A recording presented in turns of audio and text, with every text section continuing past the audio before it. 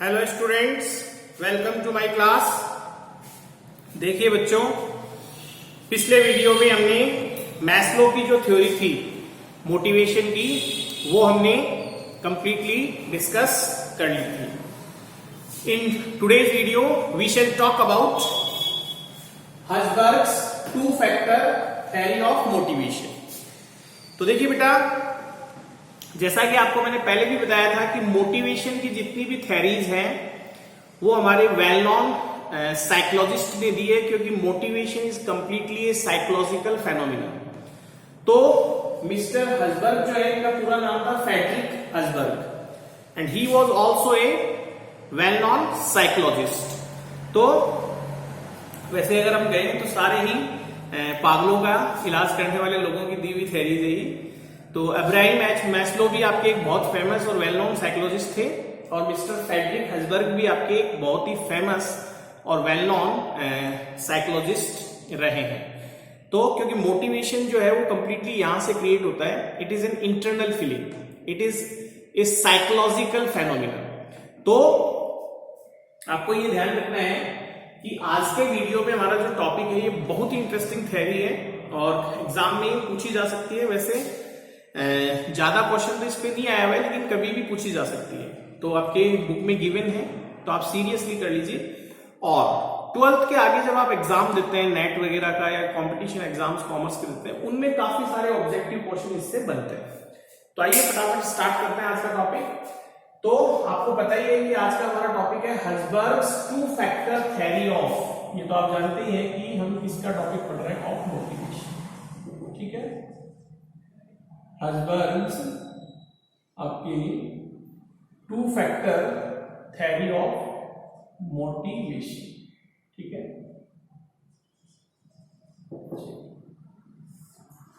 तो this theory was given by mister Frederick Herzberg, and he was also known as a famous he was also a famous psychologist, क्योंकि motivation completely आपके brain का जो game है वो हम सब जानते हैं।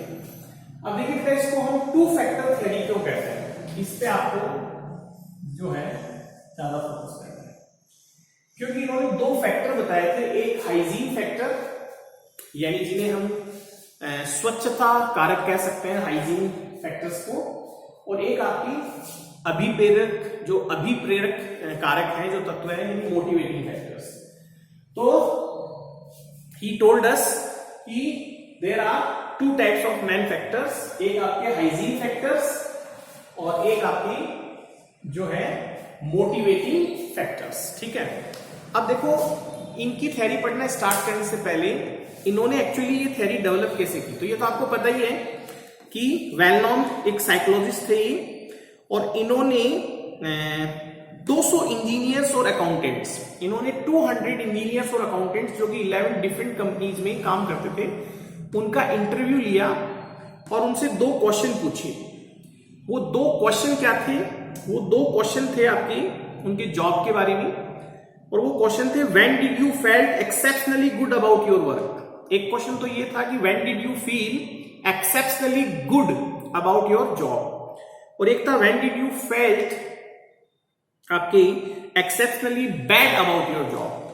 तो दोनों क्वेश्चन में आप देखो तो सारी चीजें आ गई है कि when did you felt exceptionally good about your job और when did you felt exceptionally bad about your work. तो इन दो क्वेश्चन के बेसिस पे उन्होंने 200 लोगों का, जो इंजीनियर्स थे, जो अकाउंटेंट्स थे, they were working in different 11 companies, उनका उन्होंने इंटरव्यू लिया, और उस इंटरव्यू से जो रिजल्ट आए उसके बेसिस पे उन्होंने ये थ्योरी क्रिएट की, आपकी हर्ज़बर्ग्स टू फैक्टर थ्योरी। तो यहां तक की बात क्लियर होगी। ये थ्योरी किसने दिया था बेटा? ये थ्योरी दिया था फ्रेडरिक हर्ज़बर्ग ने, and he was also known as well known psychologist. अब उनके वो खुद मिस्टर फ्रेडरिक हर्ज़बर्ग और उनके जो एसोसिएट्स हैं, उन्होंने एक इंटरव्यू कंडक्ट किया 200 पर्सन्स का, 200 एम्प्लॉइज का, and they were working in different 11 companies, जो कि इंजीनियर्स थे और कुछ लोग उनमें से अकाउंटेंट थे। और उनसे दो क्वेश्चन पूछे उन्होंने कि when did you felt exceptionally good about your work और जॉब, और when did you felt exceptionally bad about your job और वर्क। और उसका जो रिस्पॉन्ड आया, जो इंटरव्यू, जो आपके इंटरव्यू के जो रेस्पोंडेंट थे, वो जो 200 लोग थे, उन्होंने जो आंसरिंग की, उनके रेस्पॉन्स के बेसिस पे उन्होंने इस थ्योरी को डेवलप किया। ठीक है, तो एक तो है आपके हाइजीन फैक्टर्स। अब देखिए बेटा, इनका रोल समझिए आप। देखिए हाइजीन फैक्टर्स जो है बेटा, ये किसी भी वर्कर को या एम्प्लॉय को सेटिस्फाई नहीं करते हैं, मोटिवेट नहीं करते हैं। अब आप सोचोगे अरे ये क्या है? बिल्कुल सही सुना आपने कि ये जो फैक्टर्स हैं वो किसी वर्कर को या एम्प्लॉय को मोटिवेट नहीं करते हैं, सेटिस्फाई नहीं करते हैं। इनका एक अलग ही काम है। इनका काम है एक वर्कर को और एक एम्प्लॉय को डिससेटिस्फाई होने से रोकना। मतलब ये वो फैक्टर्स हैं जिसकी वजह से एक एम्प्लॉय या एक वर्कर क्या हो जाता है? डिससेटिस्फाई। तो इनका काम मोटिवेट करना नहीं है, इनका काम सेटिस्फाई करना नहीं है, इनका काम ऑपोजिट अप्रोच है इनकी कि how can we stop dissatisfaction among employees और वर्कर्स। तो इनका काम डिससेटिस्फाई होने से रोकना है और इनका काम है सेटिस्फाई करना और मोटिवेट करना। ठीक है, तो हाइजीन फैक्टर मतलब नॉर्मल जो एक वर्किंग फैक्टर्स हैं, जो स्वच्छता फैक्टर है, अच्छी क्लीन वर्किंग कंडीशन है, कंपनी की पॉलिसीज हैं। तो इनमें देखिए क्या क्या आता है हाइजीन फैक्टर्स में आपकी। एक तो कंपनी की पॉलिसीज, कि कंपनी की पॉलिसी ऐसी होनी चाहिए कि वर्कर्स और एम्प्लॉय उससे अननेसेसरीली परेशान ना हो। कंपनी का एडमिनिस्ट्रेशन, ये भी वही बात आपकी पॉलिसी एंड एडमिनिस्ट्रेशन। तो the company policies and administration should be like that कि वो अननेसेसरीली वर्कर्स और एम्प्लॉयज को परेशान ना करें। फिर healthy working condition should be there, neat and clean environment, drinking water, washrooms, restroom, dining hall, first aid box, first aid clinic, everything should be there. फिर supervision should be good and proper. देखो किसी भी बंदे को कोई दिक्कत आती है तो वो अपने नेक्स्ट सुपरवाइजर से ही बात करता है, तो वो प्रॉपर होना चाहिए ताकि उसका काम जो है वो अनइंटरप्टेडली चलता रहे। इंटरपर्सनल रिलेशन जो है सुपीरियर्स के साथ, making good relations with others. तो एनवायरमेंट ऐसा होना चाहिए कि फ्रेंडली एनवायरमेंट हो, अच्छे रिलेशनशिप हो, यानी आदमी टेंशन फ्री होकर काम कर सके। गुड सैलरी और वेजेज, यानी कॉम्पिटिटिव सैलरी और वेजेज मिलना चाहिए। फिर जो आपके फ्रिंज बेनिफिट्स है, फ्रिंज बेनिफिट्स का मतलब फैसिलिटीज, जैसे कन्वेंस अलाउंस है, टिफिन अलाउंस है, कोई भी तरह की आपकी मेडिकल रिम्बर्समेंट की फैसिलिटीज है। फ्रिंज बेनिफिट्स यानी पर्क्स भी आपकी मिलते रहनी चाहिए, जिन्हें हम परक्यूजिट्स भी बोल सकते हैं। इन्हें आप पर्क्स बोल सकते हो, फ्रिंज बेनिफिट्स बोल सकते हो, परक्यूजिट्स बोल सकते हो, यानी सुख सुविधाएं। सैलरी के साथ साथ कुछ एडिशनल, जैसे बच्चों की चाइल्ड एजुकेशन अलाउंस है, टिफिन अलाउंस है, कन्वेंस अलाउंस है। ठीक है, तो और आपकी बेनिफिट्स के अंदर, और बेनिफिट्स के अंदर बेसिकली वैसे जो अलाउंस होते हैं बेटा, तो अलाउंस तो वैसे हमारे अलाउंस तो क्या हमें मॉनेटरी में मिलते हैं, तो अलाउंस तो आपके सैलरी और वेजेस में आते हैं। फ्रिंज बेनिफिट्स का मतलब आपके फैसिलिटी देना, इसको आप लिखिए फैसिलिटी। ठीक है, फैसिलिटी, जैसे कंपनी की बस जाती है, पिक एंड ड्रॉप फैसिलिटी है, कोई पैसा चार्ज नहीं होता है। कंपनी की कैंटीन में फ्री फूड मिलता है, वो इसमें आएगा। ठीक है, फैसिलिटी आएगी इसमें। अलाउंस मैंने थोड़ा सा आपको ओवर एक्साइटेडनेस में बता दिया, अलाउंस इसी का पार्ट होता है कि वो मॉनेटरी होता है। इसमें फ्रिंज बेनिफिट्स में फैसिलिटी आएगी, कंपनी पैसा चार्ज नहीं करेगी। जैसे कंपनी की कार या बस आपको पिक एंड ड्रॉप फैसिलिटी देती है, फ्री कंपनी की कैंटीन में फ्री लंच या रिफ्रेशमेंट या ब्रेकफास्ट की फैसिलिटी अवेलेबल है। ठीक है, इस तरह की जो फैसिलिटीज हैं आपकी, वो आपके फ्रिंज बेनिफिट्स में आती है। फिर आपके जॉब सिक्योरिटी, ये तो सबसे मस्त है, क्योंकि जॉब सिक्योरिटी जब तक नहीं होगी तब तक आदमी टेंशन फ्री होकर काम कर ही नहीं सकता है। तो इनका रोल क्या है? इनका रोल सेटिस्फाई करना नहीं है, इनका रोल मोटिवेट करना नहीं है, इन सब का रोल है उसे डिससेटिस्फाई होने से रोकना, यानी अगले का जो लेवल है वो 0 पे बना के रखना। अगला नेगेटिव में ना जाए, ठीक है, यानी वो डीमोटिवेट नहीं हो। डीमोटिवेट होने से रोकना है, सेटिस्फैक्शन का 0 लेवल करना चाहिए, मतलब वो डिससेटिस्फाई ना हो, डीमोटिवेट ना हो। बाकी मोटिवेट और सेटिस्फाई इन सबसे कर देंगे। तो these are the basic factors, these are the hygiene factors. इन्हें हम डिससेटिस्फायर्स भी बोलते हैं। क्या बोलते हैं? इन्हें हम डिससेटिस्फायर्स भी बोलते हैं, इन्हें हम हाइजीन फैक्टर्स भी बोलते हैं, इन्हें हम मेंटेनेंस फैक्टर्स भी बोलते हैं। तो इनका काम क्या है? उसके सेटिस्फैक्शन लेवल को 0 पे बनाए रखना, कि वो सेटिस्फैक्शन लेवल गलती से भी नेगेटिव में ना जाए, यानी वो डिससेटिस्फाई ना हो, डीमोटिवेट ना हो। अब आते हैं हमारे थ्योरी के सेकंड साइड पे। तो ये है हमारे मोटिवेटिंग फैक्टर्स। मोटिवेटिंग फैक्टर्स को बेटा हम जो है वो आपके सेटिस्फायर्स भी बोलते हैं। मोटिवेटिंग फैक्टर्स बोल दीजिए, चाहे आप इन्हें सेटिस्फायर्स बोल दीजिए। तो इनका काम क्या है? इनका काम है वर्कर को, एम्प्लॉय को सेटिस्फाई करना। These factors are also known as motivating factors, तो है सेटिस्फायर्स। तो इसका काम तो क्या था? उसे डीमोटिवेट होने से रोकना, उसे डिससेटिस्फाई होने से रोकना। इसीलिए इन्हें हम हाइजीन फैक्टर भी बोलते हैं, बेसिक फैक्टर्स भी बोलते हैं, डिससेटिस्फायर्स भी बोलते हैं, मेंटेनेंस फैक्टर्स भी बोलते हैं। इसका काम है कि एथलीट को 0 लेवल पे रखना है, वो नेगेटिव में ना चला जाए, डिससेटिस्फाई ना हो जाए, नॉर्मल पे रहे। देखो ये नॉर्मल है, इससे नीचे डिससेटिस्फाई है और ऊपर सेटिस्फैक्शन यानी मोटिवेटिंग फैक्टर्स है। तो इसके नीचे नहीं जाने देना है, 0 लेवल पे बना के रखना है, ताकि उसे मोटिवेट करने में फिर हमें दिक्कत नहीं आएगी, क्योंकि वो नॉर्मल लेवल पे है। डिससेटिस्फाई और डीमोटिवेट तो है नहीं, 0 पे है।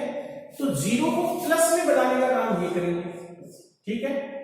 इसमें क्या क्या है? इसमें अचीवमेंट है, इसमें आपकी रिकॉग्निशन एंड ऑनर है, यानी वही प्रेज, आपके अवार्ड, आपके कोई designation, recognition and honour. Development और एडवांसमेंट है कि अगले का जो है पूरा तरीके से उसका डेवलपमेंट हो, एडवांसमेंट हो, ठीक है। रिस्पॉन्सिबिलिटी है, रिस्पॉन्सिबिलिटी देने से भी आदमी ज्यादा जिम्मेदार होकर काम करता है, क्योंकि उसको लगता है कि हाँ भी मुझे it's my responsibility. Personal development है कि आप उसकी पर्सनैलिटी को ग्रूम करें, वो नई नई चीजें सीखें, ठीक है। और नेचर ऑफ जॉब, ठीक है। तो ये सारे आपके मोटिवेटिंग फैक्टर्स है, achievement, recognition and honour, development और advancement, responsibility, personal development, nature of job, ठीक है। और इनके बारे में आपकी ज्यादा डिटेलिंग बुक में है भी नहीं, तो आपको केवल इनके नाम ध्यान में रखने हैं, इनके भी खाली नाम ही ध्यान में रखने हैं, ठीक है। और इनके भी नाम, अचीवमेंट, रिकॉग्निशन एंड ऑनर, तो आप जानते हैं पहचान से तो कौन मोटिवेट नहीं होता, सब चाहते हैं कि मेरा नाम हो, मेरी रिकॉग्निशन हो, ऑर्गेनाइजेशन में मेरा एक स्टेटस हो, डेजिग्नेशन हो, पोस्ट हो, मेरा ऑनर हो। हर आदमी अपना डेवलपमेंट चाहता है, अपना एडवांसमेंट चाहता है। रेस्पॉन्सिबिलिटी आपको वर्किंग के प्रति ज्यादा डेडिकेट बनाती है, ज्यादा एंथुसियाज्म आप में पैदा करती है, क्योंकि आपकी रेस्पॉन्सिबिलिटी है। पर्सनैलिटी डेवलपमेंट है आपका, और नेचर ऑफ जॉब, ठीक है। और इनका काम है अगले को 0 से प्लस में लाना, यानी अगले को एक्चुअली मोटिवेट करना। These factors are also known as motivators, motivating factors और सेटिस्फायर्स, ठीक है। तो आई होप पूरी थ्योरी आपकी क्लियर होगी। एक बार मैं फिर रिवाइज कर देता हूं। आज हमने डिस्कस किया था हसबर्ग्स की 2 factor theory, Herzberg's 2 factor theory of motivation which was given by mister Frederick Herzberg, ठीक है। और इन्होंने अपने एसोसिएट्स के साथ, and he was also a well known psychologist, क्योंकि motivation is completely a psychological phenomenon, it is an internal feeling. तो इन्होंने अपने एसोसिएट्स के साथ मिलकर 200 एम्प्लॉयज और वर्कर्स को स्टडी किया, जो कि they were working in different 11 companies, जिनमें से most of them were engineers and few were of them आपके अकाउंटेंट्स। तो उनको उन्होंने 2 ही क्वेश्चन पूछे कि when did you felt exceptionally good about your job, or when did you felt exceptionally bad about your job or work? तो when did you felt exceptionally good और when did you felt exceptionally bad about your job or work? और उनके जो respond आए, उन respondents के जो respond आए, उनके बेसिस पे हसबर्ग ने ये 2 फैक्टर थ्योरी डेवलप की, जिसमें एक आपके हाइजीन फैक्टर्स हैं, बेसिक फैक्टर्स हैं, जिन्हें हम मेंटेनेंस फैक्टर्स, जो मेंटेन करके रखते हैं अगले को, जिन्हें हम डिससेटिस्फायर्स बोलते हैं। हाइजीन फैक्टर्स बोल दीजिए, बेसिक फैक्टर्स बोल दीजिए, डिससेटिस्फायर्स बोल दीजिए, मेंटेनेंस फैक्टर्स बोल दीजिए। इनका काम मोटिवेट करना नहीं है, इनका काम सेटिस्फाई करना नहीं है, इनका काम है अगले को डिससेटिस्फाई होने से यानी डीमोटिवेट होने से रोकना।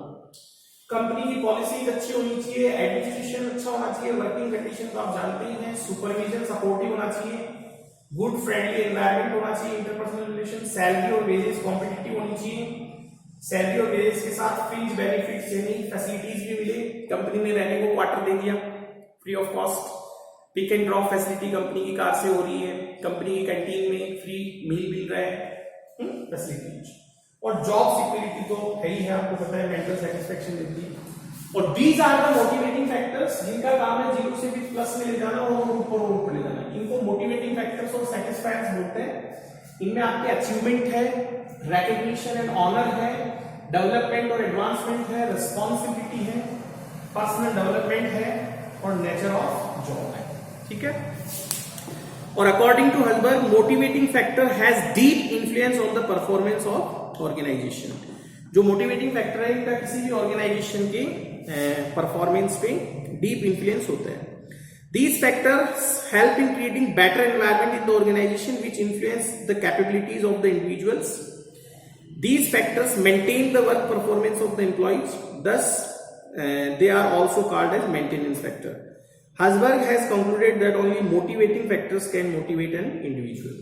तो देखो दोनों का ही रोल है, इनका काम है हाइजीनिकनेस यानी बेसिकनेस यानी मेंटेन करके रखना, डिससेटिस्फाई होने से रोकना। लेकिन हसबर्ग का ये मानना था कि ये फैक्टर्स मोटिवेट नहीं कर सकते, ये डीमोटिवेट होने से रोक सकते हैं, ये डिससेटिस्फाई होने से रोक सकते हैं, but these factors can't motivate an employee. Motivate करने का काम मोटिवेटिंग फैक्टर्स ही करेंगे, इन्हीं से मोटिवेट होगा, लेकिन इनका काम है उसको डीमोटिवेट होने से और डिससेटिस्फाई होने से रोकना। और अगर अगला जीरो पे रहेगा तो उसको प्लस में ले जाना आपके लिए आसान हो जाएगा। अगर अगला नेगेटिव में है तो उसे मोटिवेट करना मुश्किल होगा, क्योंकि पहले उसे जीरो पे लाओ फिर उसको पॉजिटिव में ले जाओ। तो I hope you can understand. तो बेटा आज का जो हमारा टॉपिक था ये बहुत ही इंटरेस्टिंग था। अब एक आप शॉर्ट ले लीजिए इसका 5 सेकेंड्स का, ठीक है। तो बहुत इंटरेस्टिंग टॉपिक आज हमने स्टडी किया है, हसबर्ग्स 2 factor theory of motivation. Yes बेटा, तो आज के लिए इतना ही, और अब 1-2 थ्योरीज और बची है जो अपने नेक्स्ट वीडियोज में हम पढ़ेंगे। तो आज के लिए today finally I would like to say I hope you enjoy today's video and lecture. Thank you so much, have a nice day, thanks.